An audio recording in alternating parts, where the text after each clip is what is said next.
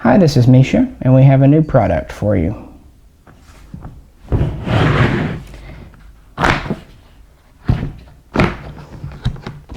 These are just starting to come into the country. This is a new offering from Switzerland. It is produced in Switzerland by SAN, Swiss Arms Neuhausen, SAN. And this is, I'm gonna throw the mag when I pull the plastic. The just released SG551P.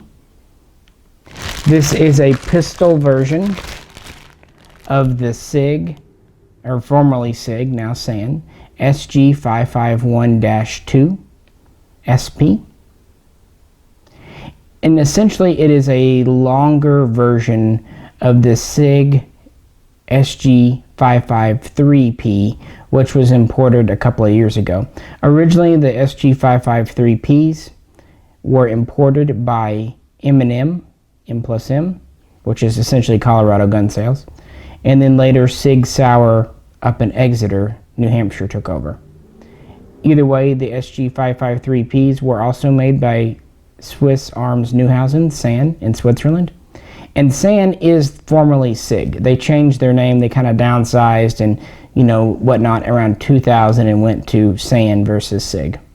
So same manufacturer, same Swiss quality, but now we're doing a pistol version of the rather famous SG551. Get this plastic out. As you can see, it's brand spanking new.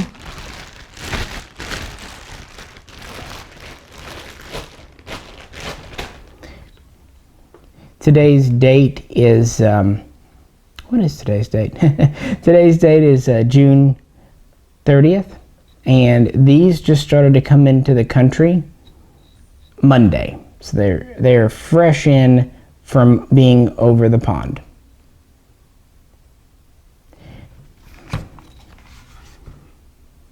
Comes as you see it here as a pistol. These are imported by John Doe Industries, JDI, out of Frisco, Texas. Now these ship with a belt type cleaning kit, and we have a rather large, at least by modern standards, owner's manual in plastic, and it comes in this nice hard case that's compact but still large enough to hold an SBR if you so chose to stick a stock on this thing. So let's look at this.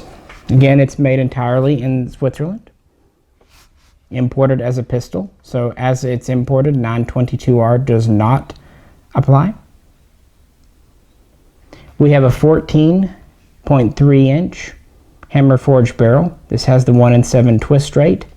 In Switzerland, the 1-in-7s are called 51-2s, and the original 1-in-10s are called 51-1s. We have a flash hider, which is part of the barrel. It's not pinned on. This is physically part of the barrel, and that's how Switzerland adopted the STG W90.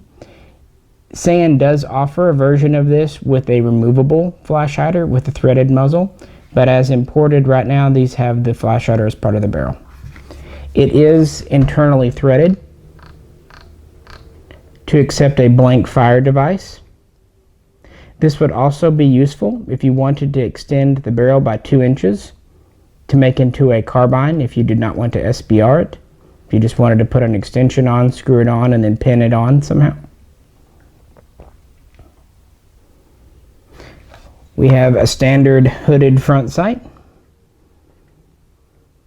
It is windage adjustable. It is not elevation adjustable. We have a flip up night sight paddle, although I don't believe it has active tritium in it, but it is the original paddle. There's the ring under the gas block here, which if this had a longer barrel, you could put a bayonet. You can still put a bayonet lug in there. It has the hole, but the barrel's too short to mount the bayonet ring. It's also useful for helping to mount railed handguards if you want to go that way. A lot of the railed handguards use this as an anchor point. We have original 551 handguards.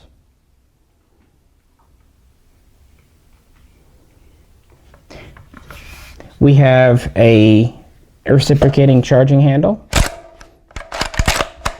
What's interesting to me about these newest pistols, they have a horizontal handle. Your earlier Swiss guns have an upswept handle so you can reach around from the side. I would assume they went to the horizontal type handle so you could easily mount an optic and clear it without banging your hand. This does have a scope mount point, traditional Swiss style up here. You see the Swiss cross, which is kind of neat. There is a dovetail that the mount slides onto, and then it locks in the back here in this hole. There's a spring-loaded detent. And a few different companies will make a rail that will fix to this. The rear sight is a diopter. Stiff. Rotates. It does have the adjustable iris in it as well. And it can be adjusted on the side here and on the top here for windage and elevation. As you can see, this has a last round bolt hold back, standard. It does have a manual release on this side, perfectly convenient to very kind of AR style, but you can also pull it with your finger to use it as a manual hold open if you need to without a mag in. We have an ambidextrous safety.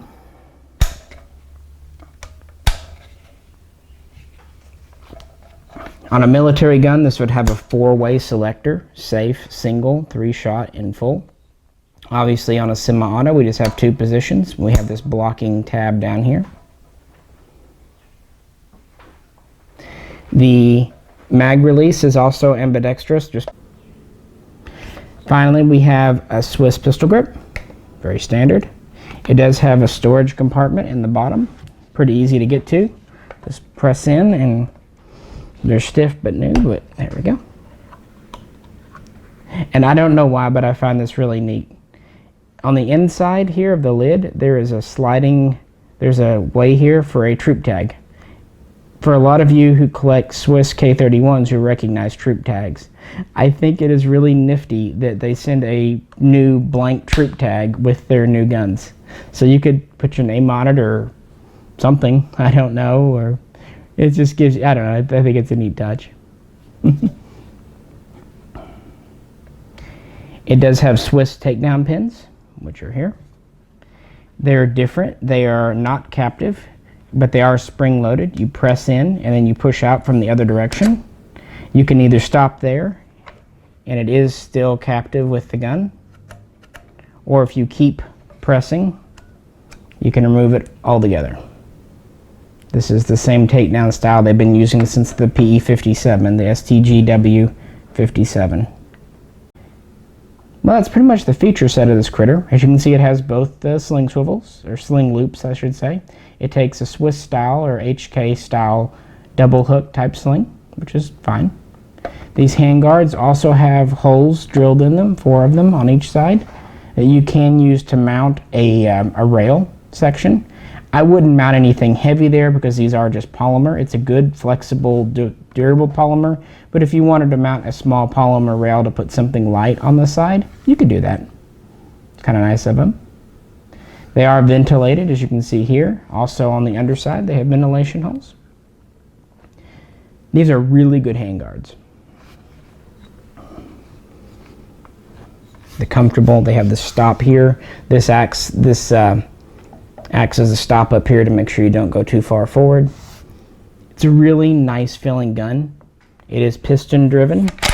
You can see the long stroke piston here.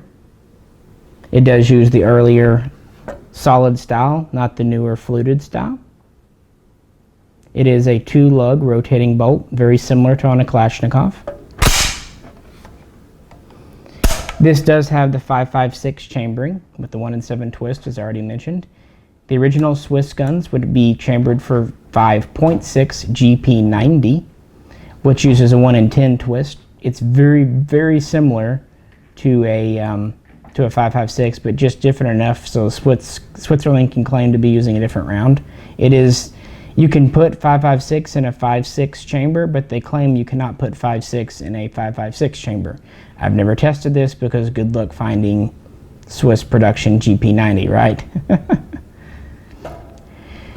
As I said, JDI just started importing these at of June of this year. Price point is somewhere between $3,200 and $3,500, depending on what you want to pay.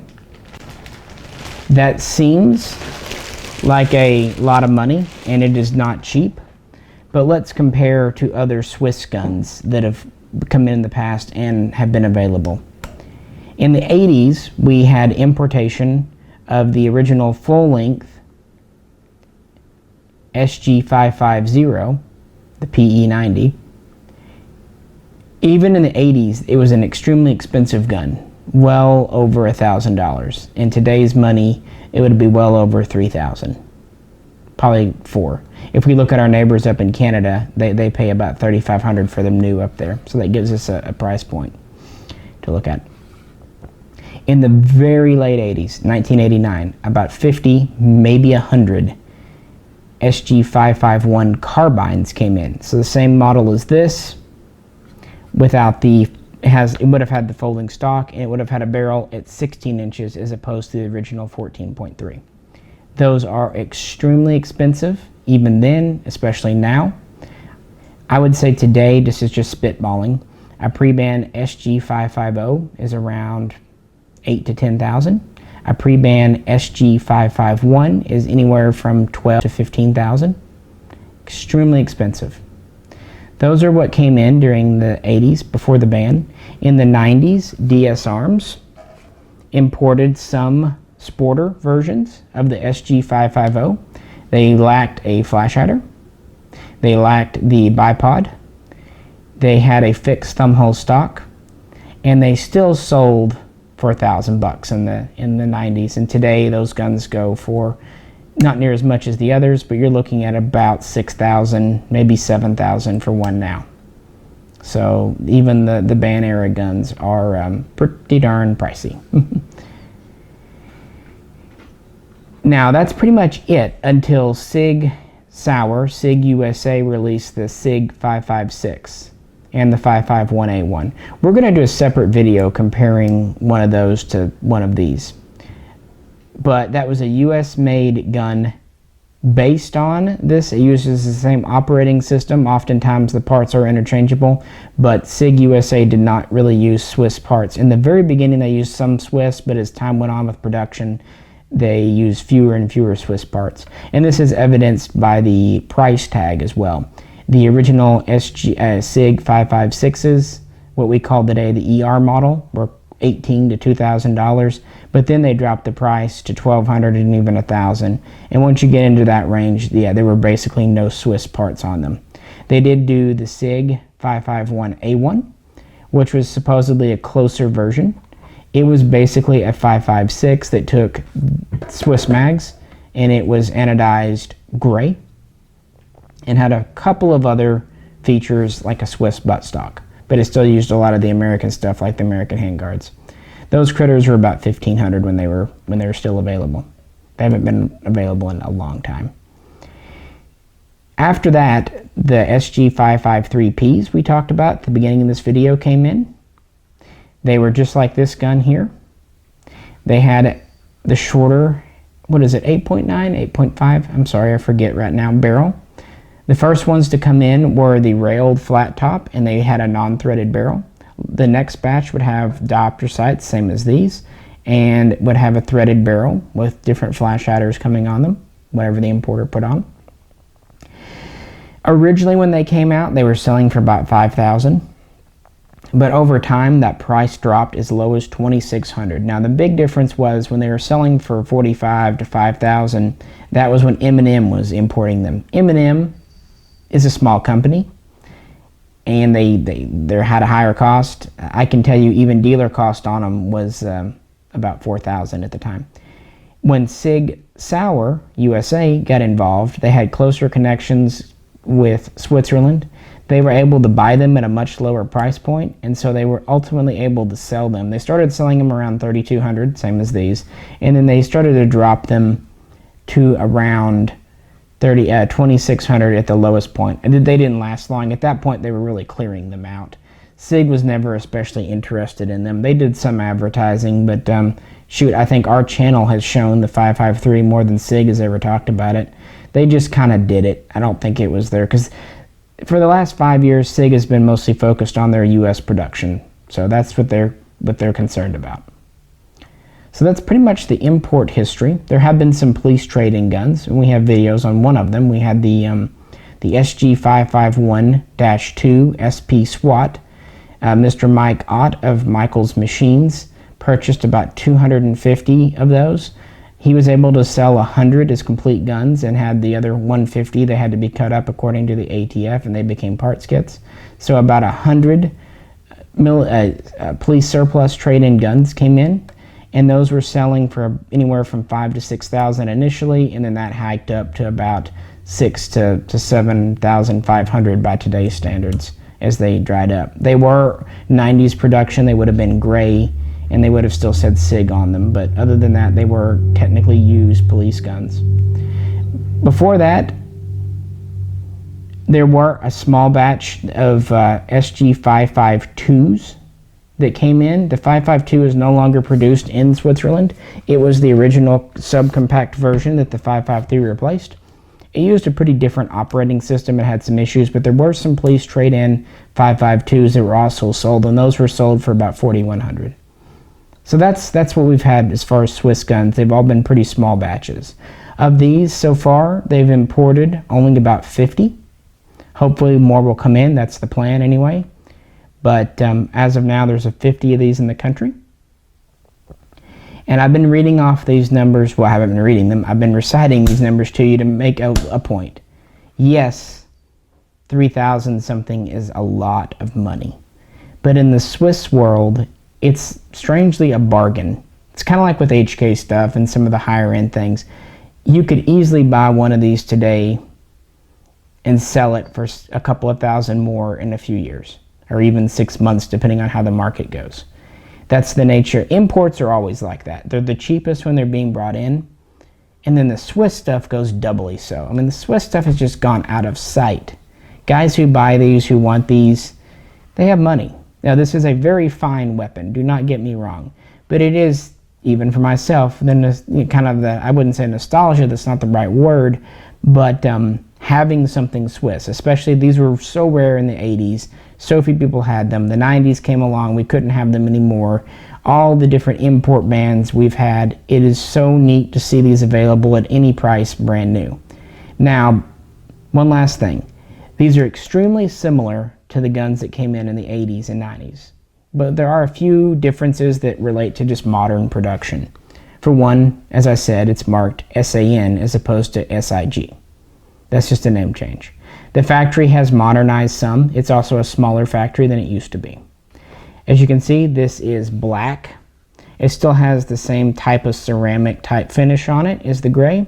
They went to black because they were having more and more police users, and you know, it is the 21st century, people like black. The furniture is black as well, although they still do make green, so you can get a green furniture set for these. But the biggest difference is this lower. This is, let me stop off for you lower. This upper is still stamped in welded steel as it would have been before. But now the lower, this lower is different. The original lowers are also stamped, were also stamped in welded steel. This one is actually machined aluminum alloy, so like an AR-15 receiver and many others. It is lighter, quite a bit lighter actually, and it's still very, very well made. It uses the same trigger group parts.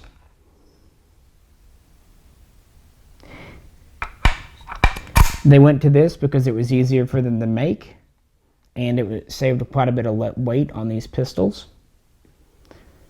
This is what they did. It's a modernization. Some people don't like that. Now, part of it is that SIG USA used machined lowers on their guns too. And I think that's given a little bit of a stigma to the machined lower. But this is not a SIG USA lower at all. This is a Swiss made. And it is very nicely done. It does serial match the upper, as does the bolt group. So these are all brand new serial matching guns. These are not built from parts. These are brand spanking new, in this case 2017. I just really wanted to talk about something that I've been pretty excited about. I will give a shout out to the viewer who tipped me off that these were coming in a couple of months back. I didn't know they were coming, and to be fair, I talked with a lot of my friends in the Swiss collecting community and they didn't either. So yeah, the user who alerted me to this, if he wants to out himself, he can in the comments, but I'll keep it private. Yeah, I really appreciate it because I did not know these were coming in, and JDI is a pretty new outfit. They started importing the 553 series in 2015, and now they've expanded it to this one. They also do a version just like this, but in 308. They're even going to be doing a Swiss gun in 50 BMG, and who knows what else. I talked with the owner of the company, and he pretty much said he can order anything as long as the ATF approves it. He can order it. So, you know, just depends how much money you want to spend and if you want to do a custom order here. He also is doing the 553 LB, which is the first time something like that has come in. Anyway, really appreciate you tuning in. It's really hard to do without a stock, isn't it? And please tune in again soon for more hopefully interesting, unique videos, and more on this firearm here as we own it, shoot it, and get to know it a little better. This is Misha, and we'll catch you next time.